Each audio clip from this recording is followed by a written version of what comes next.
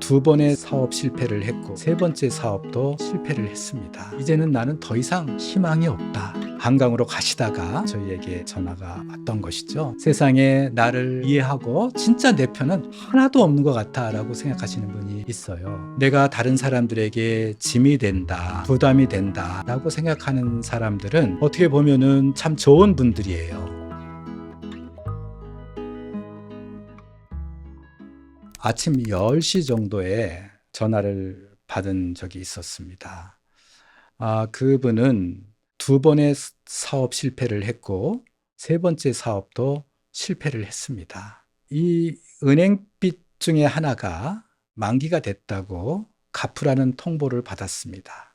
그 통지서를 받고 난 이후에 이분이 본인의 지난 날을 돌아보니까 계속 실패만 해왔고 가족들이 자기로 인해서 큰 고통을 겪고 있었다는 것을 생각하면서 내가 다른 사람들에게 폐를 끼치는 존재가 아닌가라고 생각해서 한강으로 가시다가 저희에게 전화가 왔던 것이죠. 아내가 나 때문에 사람 노릇도 제대로 못했다. 친정집에서 돈을 빌려오고 하느라고 너무 고생을 많이 했고, 형님도 나 때문에 너무 많은 돈을 끌어 쓰느라고 형수님과의 관계가 좋지 않을 정도로 이제 그 가족에게 큰 고통을 줬다는 것에 대해서 굉장히 미안해하면서 죽고 싶은 마음을 표현을 했던 것이죠. 근데 그 얘기를 가만히 들어보니까 죽고 싶은 마음이 있어서 전화를 했지만 사랑하는 아내가 있었고 또 미안해하는 형님이 있었고 또 가족들의 아낌없는 지원이 있었던 것이거든요. 그래서 제가 이렇게 질문을 했습니다. 만약에 선생님이 돌아가신다면 남아있는 가족들은 어떻게 살아갈까요? 이렇게 물어보니까 막 우시더라고요. 사실은 나는 죽을 수가 없다. 나는 살고 싶다. 이렇게 얘기를 하시면서 우시는 그 모습들을 보면서 이분 됐다. 이렇게 생각을 했습니다. 근데 저녁 나절에 사무실로 전화가 왔습니다. 아침에 전화했던 사람입니다. 아내와 얘기를 하고 있다. 맥주 한 캔씩 사가지고 공원에 가서 아침에 있었던 얘기를 다 털어놨다. 그러니까 아내가 깜짝 놀라면서 그 돈 때문에 당신이 죽으면 나도 같이 죽는다. 이런 나쁜 생각하지 말자. 둘이 거기서 손잡고 울다가 아침에 말려주셨던 그 선생님에게 전화해보자 라고 해서 감사의 전화가 있었습니다. 내가 저분에게 돈을 빌려준 것도 아니고 한 게 별로 없거든요. 근데 그분의 이야기를 잘 들어줬을 뿐인데 이분이 자기의 삶을 새롭게 돌릴 수 있었다는 것이 너무나도 감격적이고 고맙고 또 기뻤습니다. 안녕하세요. 저는 생명의 전화의 하상은 원장입니다. 저는 28살 때 생명의 전화에 참여를 했습니다. 그게 1988년인데요. 그래서 저도 한 달에 한 번 10시간 봉사를 하다 보니까 거기서 걸려오는 전화들이 너무 다양한 전화였습니다. 내가 뜻하는 대로 잘 살아갈 수 있다면 얼마나 좋겠어요. 근데 어떤 사람은 기대가 100일 때 현실을 10이라고 생각하는 사람이 있어요. 그러면 이 사람은 90점의 괴리감을 느끼는 거거든요. 이 사람은 해도 안 되는 거예요. 아무리 노력해도 안 된다. 자기만의 기대도 있지만 다른 사람들의 기대도 덧붙여져서 비교감, 박탈감을 이렇게 느끼게 되고 이제는 나는 더 이상 희망이 없다. 잘 사라지지 않는 것이죠. 한 유명한 여배우가 자살을 했을 때 전화를 한 통을 받았습니다. 그 사람은 저에게 다짜고짜 그렇게 이야기를 하셨습니다. 선생님, 저는 죽고 싶습니다. 라고 하더라고요. 어떤 일 때문에 선생님께서 그런 생각을 하셨는지 많이 힘드신가 봐요. 라고 이야기를 했죠. 근데 그분이 어제 그 배우가 죽었지 않습니까?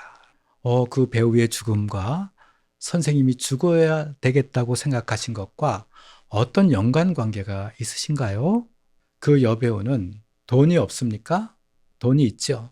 인기가 없습니까? 인기가 있죠. 미래가 없습니까? 미래가 있죠. 모든 것을 다 가지고 있는 저 사람도 죽는데 나같이 매일매일 하루 벌어서 하루 먹고 살아가는 나 같은 사람, 선생님 제가 왜 살아야 되죠? 제가 살아야 할 이유가 무엇일까요? 라고 이렇게 물어보시는 분이 있었습니다.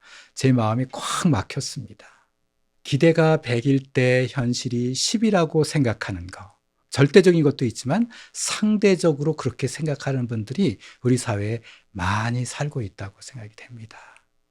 그럴 때 사람들 마음속에 욕구 불만이 생깁니다. 불만이 생기게 되고 화가 납니다. 마치 고무풍선에 바람이 가득 들어가 있는 듯한 사람들이 많습니다.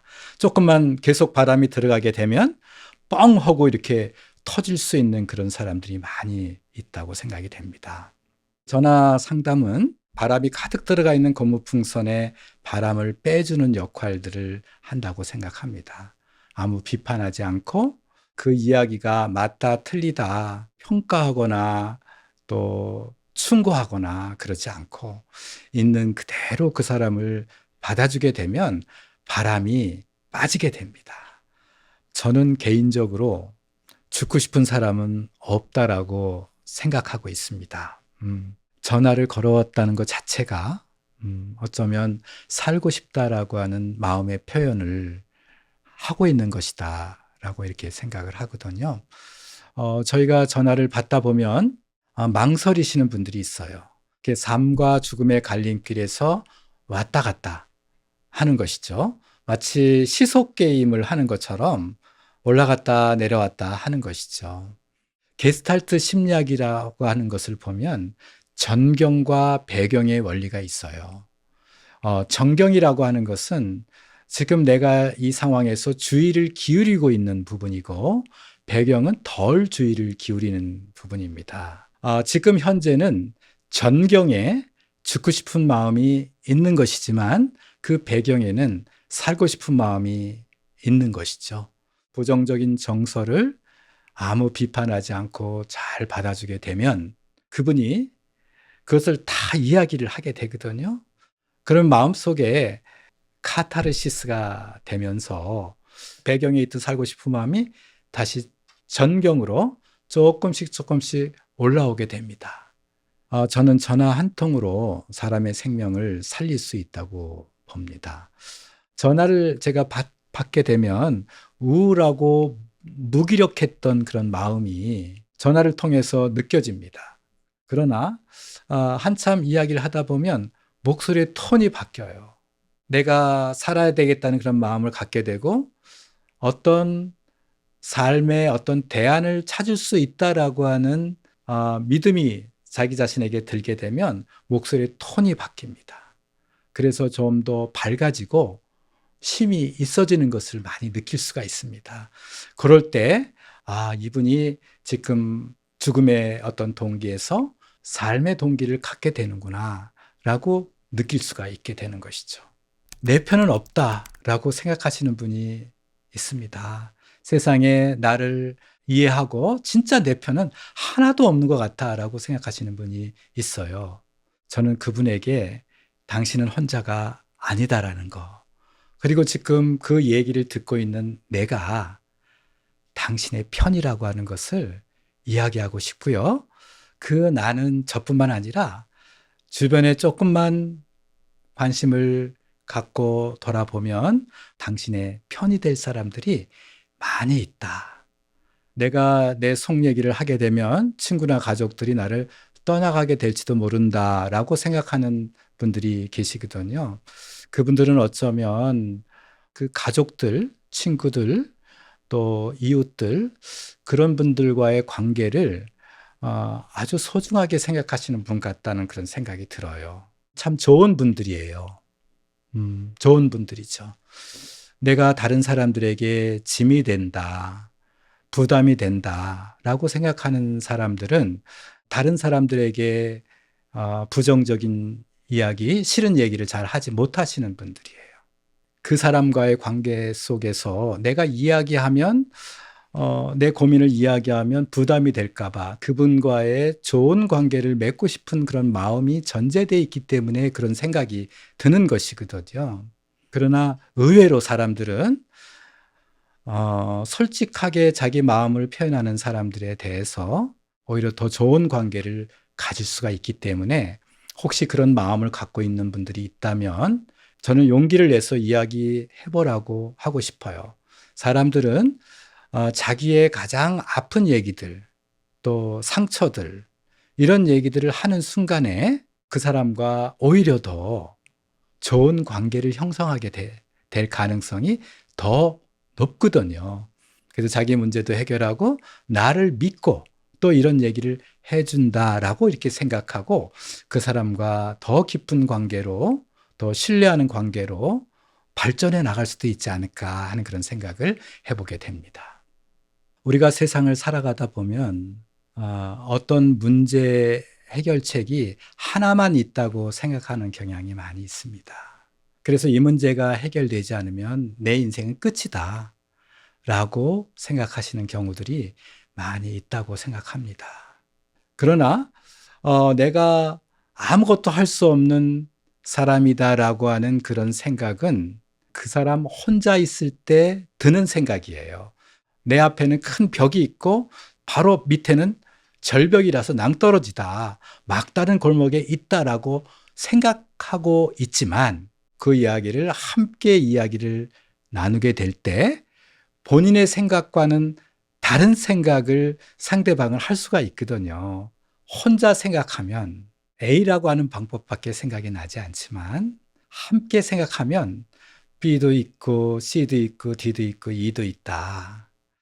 다양한 방법을 생각할 수 있는 기회가 우리들에게 주어지게 된다면 우리들의 삶의 어려움과 실패가 결코 그게 끝이 아니라 또 다른 길의 출발점이 될 수가 있다라고 하는 것을 말씀을 드리고 싶어서 제가 오늘 이런 얘기를 했다 이렇게 볼 수가 있겠습니다. 상담을 우리가 받다 보면 정말 안타까울 때가 많이 있습니다. 경제적인 어려움 때문에 전화를 한다거나 뭐 그럴 때는 저희들이 할 수 있는 게 너무 없어요. 또 취업 문제로 아주 심각하게 취업이 안 돼 가지고 갈등하는 사람에게는 저희들이 도와주기가 어려울 때가 굉장히 많이 있습니다. 그래서 그 마음을 우리가 헤아려 주는 것 이상으로 직접적인 도움을 우리가 주지 못할 때가 굉장히 많이 있어서 그 전화가 끊고 나서 마음이 굉장히 아파요. 사실은 이 문제는 굉장히 어려운 문제예요. 굉장히 어려운 문제라서 제가 이렇게 자신감 있게 이렇게 얘기하기보다는 제가 쓰는 방법인데 가족들이나 친구들이나 이웃 중에서 내가 잘 알고 있는 가족이나 친구들 중에서 정말 어려움이 있을 때 내가 그 사람을 돕고 싶은데도 도울 수 없는 경우들이 많이 있습니다. 그래서 무력해지고 오히려 힘들어지고 그 사람의 문제가 내 문제가 되는 경우들이 많이 있거든요. 이런 상황에 봉착했을 때 우리가 할 수 있는 일들은 그분과 함께 해주는 거라고 생각해요. 그냥 함께 고민해주고 함께 또 여러 가지 길들을 같이 찾아보고 정말 신발을 우리가 신고 세상을 같이 가지 않습니까? 그런데 그분의 신발이 문제가 생겼다고 해서 내 신발을 대신 바꿔서 신고 갈 수는 없거든요. 그분이 자기 신발을 갈 수 있도록 도와주는 것이 어떻게 보면 우리의 역할들은 문제를 해결해 주는 사람이 아니라 함께 동행하는 것을 그분들이 더 원하고 있는 게 아닐까 하는 그런 생각을 해보게 됩니다. 자살 위험에 처해 있는 사람들은 갑자기 죽는다 이렇게 생각하시는 분들이 많아요. 그러나 그분들은 10명 중에 8, 9명은 어떤 사인을 보냅니다. 도움을 찾는 울음이다. cry for help라고 하는 말을 써요.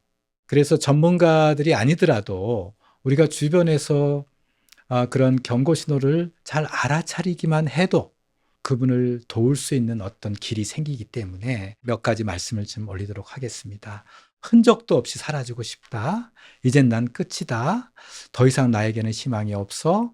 라고 하는 그런 생각을 이야기하는 사람들이 있다면 혼자 있게 하지 않고 주변에서 도움을 줄 수 있는 준비를 해 나가야 되지 않을까라는 그런 생각을 해보게 됩니다.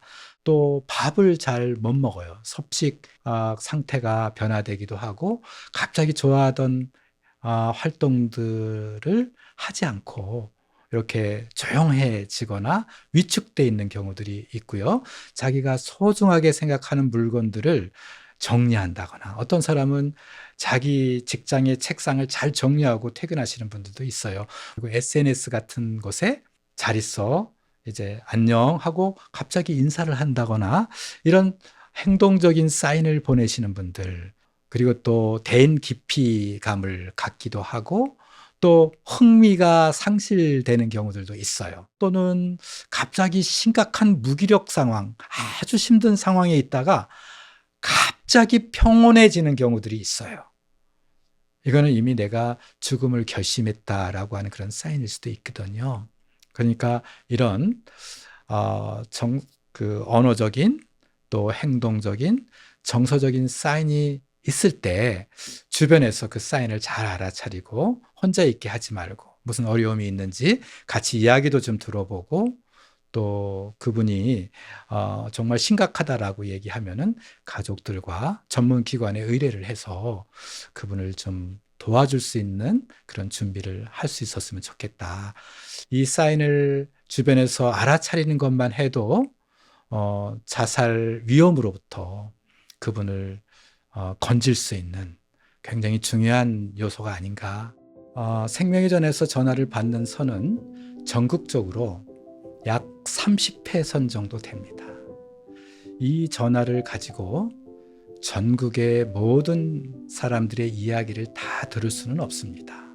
그러나 서로가 서로에 대해서 무관심한 사회 속에서 누군가는 내 얘기를 들어주고 또 진심을 다해서 공감해주고 내 존재 자체를 인정해주는 누군가가 있다는 것, 그건 어쩌면 사랑하는 많은 사람들에게 희망을 주는 것이 아닐까라는 생각을 해보았습니다. 그래서 저는 이 세상이 따뜻한 사랑과 관심으로 그런 체인으로 이렇게 연결되어 있는 사람과 사람, 또 생명과 생명, 이런 것들이 서로 이렇게 연결되어 있는 그런 세상을 꿈꾸게 됩니다.